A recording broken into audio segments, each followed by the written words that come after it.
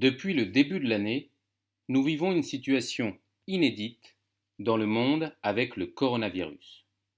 Cette situation suscite de nombreuses questions qui restent encore sans réponse. Quel est ce virus? Comment va-t-il évoluer? Quand va s'arrêter l'épidémie? Depuis le début de la crise du Covid en France, de nombreuses données sont publiées par le gouvernement gratuitement en open data.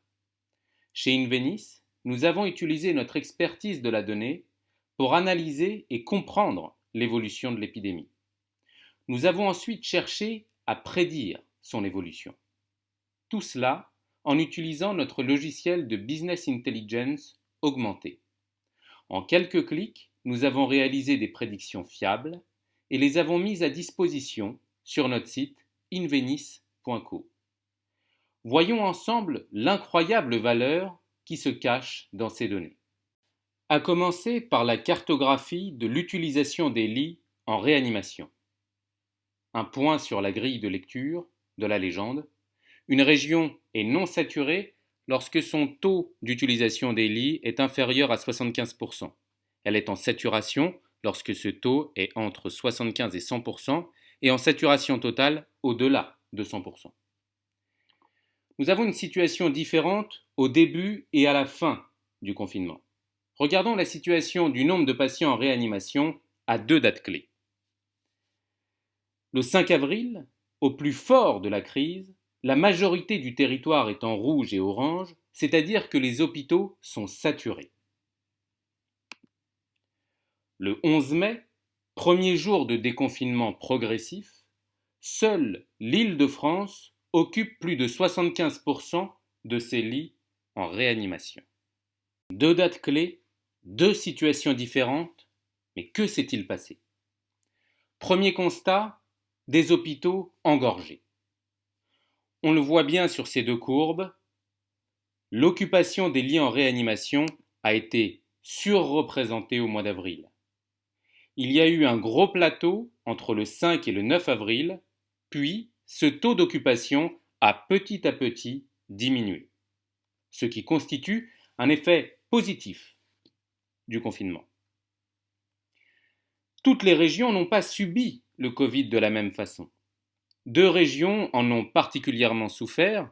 Il s'agit des régions Grand Est et Île-de-France, avec des pics à plus de 100% de l'utilisation des capacités hospitalières totales. En parallèle, le taux d'équipement est très inégal sur le territoire. Par exemple, l'Île-de-France compte quasiment 3 fois plus de lits par habitant que Mayotte.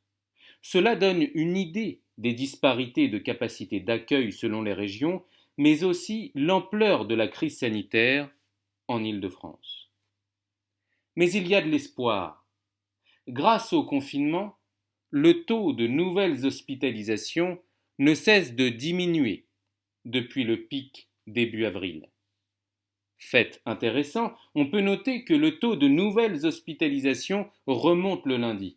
Est-ce lié à l'organisation et à la gestion des patients pendant cette crise? Après avoir analysé l'historique de l'épidémie, on a cherché à prédire les cas à venir et en particulier le nombre de passages aux urgences de cas Covid.